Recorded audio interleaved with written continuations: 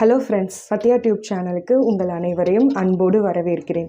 இன்றைக்கு நம்ம இந்த வீடியோவில் பார்க்க போகிற ஒரு டிஷ் பார்த்திங்கன்னா பன்னீர் பட்டர் மசாலா. இது எல்லாருக்கும் ஃபெமிலியரானது, இது எல்லாருக்குமே பிடிக்கும். முக்கியமாக நான்வெஜ் சாப்பிடாத எல்லாருக்கும் அதிக கால்சியம், அதுக்கப்புறம் ஒமேகா 3 ஃபேட்டி ஆசிட் இருக்கிற ஒரு ரிச் ஃபுட்டு தான் இந்த பன்னீர் பட்டர் மசாலா. இன்றைக்கி இதை எப்படி செய்கிறதுன்னு பார்க்கலாம். இது ரொம்ப எளிமை, அதே நேரத்தில் ரெஸ்டாரண்ட்டில் நம்ம சாப்பிடக்கூடிய அதே டேஸ்ட்டில் கிடைக்கும். வாங்க இதை எப்படி செய்யலான்னு சீக்கிரமாக நம்ம பார்த்துடலாம். இதுக்கு தேவையான பொருட்கள் பார்த்திங்கன்னா வதக்கிறதுக்கு எண்ணெய், அதுக்கப்புறம் ரிச்சான இந்த பட்டர் வந்து கிட்ஸுக்கும் ரொம்ப நல்லது, பெரியவங்களுக்கும் நல்லது. அதுக்கப்புறம் மசாலா அரைக்க தேவையான கிராம்பு, அதுக்கப்புறம் பட்டை, அதுக்கப்புறம் முந்திரி இந்த அளவு எடுத்துக்கோங்க. அதுக்கப்புறம் 3 பல் பூண்டு, இந்த அளவுக்கு இஞ்சி. அவ்வளோதான் ஃப்ரெண்ட்ஸ். இந்த பன்னீரோட அளவு பார்த்தீங்கன்னா வெறும் 400 கிராம் எடுத்திருக்கேன். 400 கிராம் பன்னீருக்கு நீங்கள் ஒரு 4 பெரிய தக்காளி வந்து நீங்கள் நாட்டு தக்காளி எடுக்காதீங்க. இதை மாதிரி நவீன் தக்காளி இல்லை பெங்களூர் தக்காளின்னு சொல்கிற இந்த மாதிரி தக்காளி எடுத்துக்குங்க. இது 4 தக்காளி எடுத்துக்குங்க. அடுத்து பெரிய வெங்காயம் பார்த்திங்கன்னா ஒரு 2 பெரிய வெங்காயம் எடுத்துக்குங்க. இது வந்து காஷ்மீர் வரமிளகாய் இல்லைனா காஷ்மீரி சில்லின்னு சொல்லுவாங்க. காஷ்மீரில் இருக்கிற வரமிளகாய் தான் இது. இதுக்கு பார்த்திங்கன்னா காரம் கம்மியாக இருக்கும், அதே நேரத்தில் கலர் ரொம்பவே நல்லாயிருக்கும். ஸோ இதுதான் சிம்பிளான இதுக்கு தேவையான பொருட்கள். பெங்களூர் தக்காளி, அதுக்கப்புறம் 4 பெங்களூர் தக்காளி, வெங்காயம், இந்த காஷ்மீர் வரமிளகாய், அதுக்கப்புறம் பன்னீர். அதுக்கு தேவையான இந்த பொருட்கள் மட்டும்தான். வாங்க இதை வேகமாக செய்யலாம். அவ்வளோதான். பாத்திரம் காஞ்சிருச்சு. இப்போ இந்த எண்ணெயை நான் ஊற்றிக்கிடுறேன். ஸோ இதுக்குள்ளே இந்த பட்டையை நான் சேர்த்துக்கிறேன்.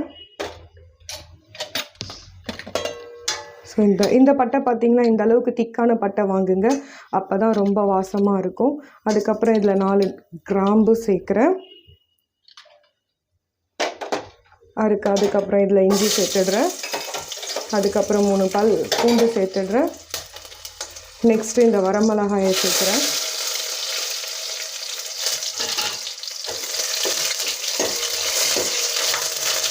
அதுக்கப்புறம் இந்த வெங்காயத்தை சேர்த்துடுங்க.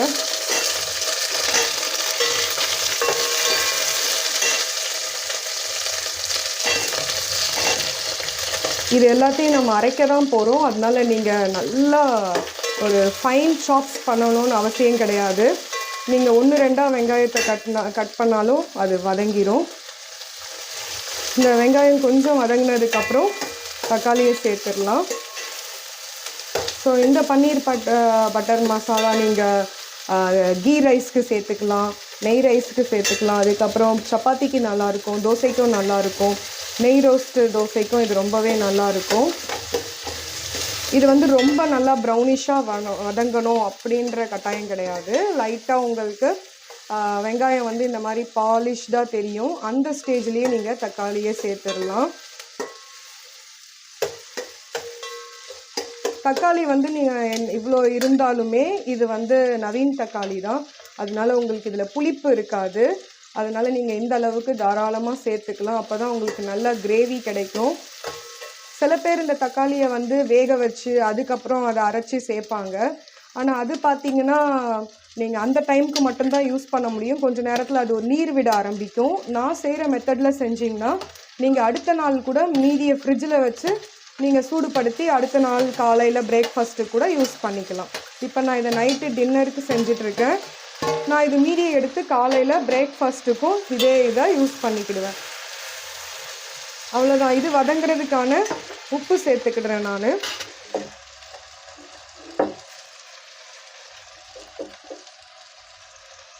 எப்போவுமே தக்காளி போட்டிங்கன்னா அது சீக்கிரம் வதங்கிறதுக்கு உப்பு சேர்த்துருங்க.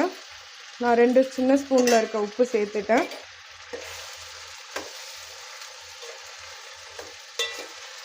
உப்பு சேர்த்துட்டு இது வதங்கட்டும். இது கூடவே இந்த முந்திரி இருக்குங்க இல்லையா, இந்த அளவுக்கு முந்திரி எடுத்துக்கோங்க. நீங்கள் முந்திரி இந்த அளவுக்கு எடுத்தால் தான் உங்களுக்கு அதில் இருக்க அந்த பாலோட டேஸ்ட்டு கலந்து அந்த ஃப்ளேவர் கொடுக்கும். அதனால் கண்டிப்பாக நீங்கள் இந்த அளவுக்கு எடுத்துக்கோங்க. இதையும் சேர்த்து நான் வதக்கிடுறேன்.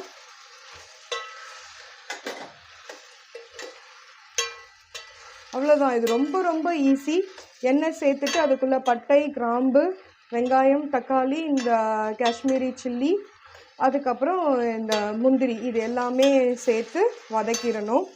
இது கொஞ்சம் இந்த தக்காளிலாம் நல்லா வதங்கி வந்த உடனே மிக்ஸி ஜாரில் போட்டு அரைச்சி எடுத்துக்கணும். அவ்வளோதாங்க ஃப்ரெண்ட்ஸ், இது வதங்கியிருக்கோம். திறந்து பார்க்கலாம். சீக்கிரம் வதங்கணுன்னா நீங்கள் இந்த மாதிரி ஒரு தட்டு வச்சு மூடிடுங்க. உடனே சீக்கிரமாக அது வதங்கி வரும் உங்களுக்கு. அவ்வளோதான், இது நல்லா வதங்கிருச்சு. இந்த அளவுக்கு வதங்கினா போதும் உங்களுக்கு. இங்கே பாருங்கள், இந்த அளவுக்கு இது வதங்கி வந்தால் போதும். இது ஹீட்டு குறைஞ்ச உடனே மிக்ஸி ஜாரில் போட்டு அரைச்சி விழுதாக எடுத்துக்கிட வேண்டியது தான். இருங்க, நான் இதை அரைச்சி எடுத்துகிட்டு வந்துடுறேன். அவ்வளோதாங்க, இதை நான் நல்லா விழுதாக அரைச்சி எடுத்துகிட்டு வந்துட்டேன். பாருங்கள், இந்த அளவுக்கு இப்படி விழுதாக இருக்கும். இப்போது நம்ம ஏற்கனவே வச்சுருக்க இந்த பட்டர் வெண்ணெயை இதில் சேர்த்துக்கலாம். இதுதான் இதில் தாளிக்கிறதுக்கு.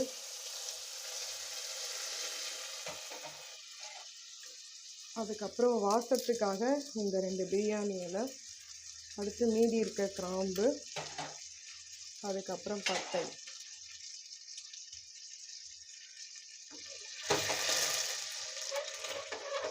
இது இந்த வெண்ணெய் மெல்ட் ஆகட்டும்.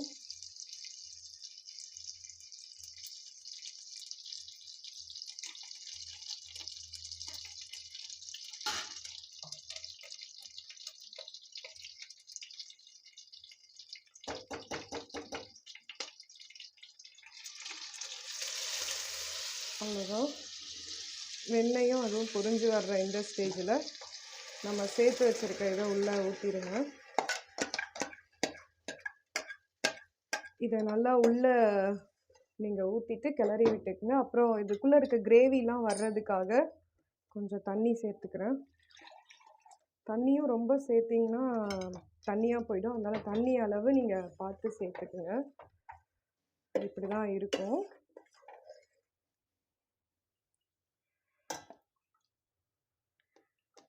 இது வந்து ரொம்ப சிம்பிள்.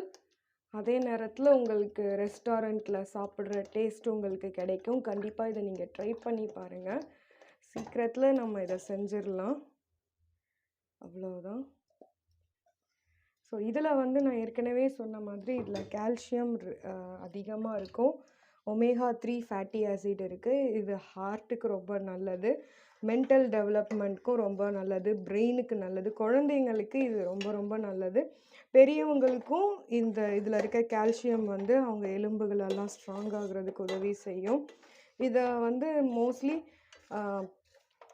நான்வெஜ் சாப்பிடாதவங்க இதை அடிக்கடி சேர்த்துக்கலாம். வெஜ் சாப்பிட்றவங்களும் இல்லை நான்வெஜ் சாப்பிட்றவங்க 2 பேருமே எடுத்துக்கலாம். மற்றபடி இந்த நான்வெஜ் சாப்பிடாமல் இருக்கிறவங்களுக்கு இது ஒரு நல்லா சிக்கன் கிரேவி மாதிரியே இருக்கும்.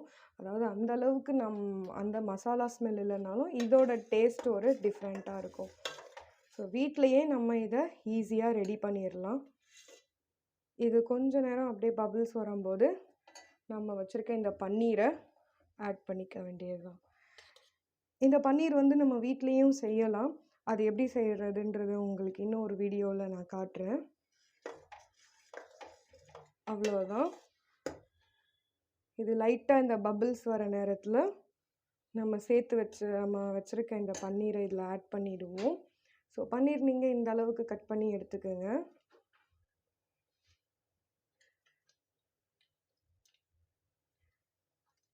இது குழந்தைங்கள்லேருந்து பெரியவங்க வரைக்கும் சாப்பிட்ற ரொம்ப இஷ்டமான டிஷ். எங்கள் வீட்லேயும் இது எல்லாருக்குமே பிடிக்கும். இது சப்பாத்திக்கு வச்சு சாப்பிட்டிங்கன்னா ரொம்ப சூப்பராக இருக்கும். அதுக்கப்புறம் நீங்கள் கீ ரைஸுக்கும் இதை வச்சு சாப்பிட்லாம். இந்த பன்னீர் வந்து கொஞ்சம் வேகிறதுக்கு நம்ம டைம் எடுத்துக்குவோம். அது ஒரு ஃபியூ மினிட்ஸில் வெந்து போயிடும். ஒரு 5 மினிட்ஸ்க்குள்ளேயே இது சீக்கிரம் ரெடி ஆகிடும். ஓகே ஃப்ரெண்ட்ஸ், அவ்வளோதான். இந்த கொஞ்ச நேரத்தில் பன்னீர்லாம் நல்லா வெந்து வந்துருச்சு. அதாவது நல்லா குக் ஆகிடுச்சு.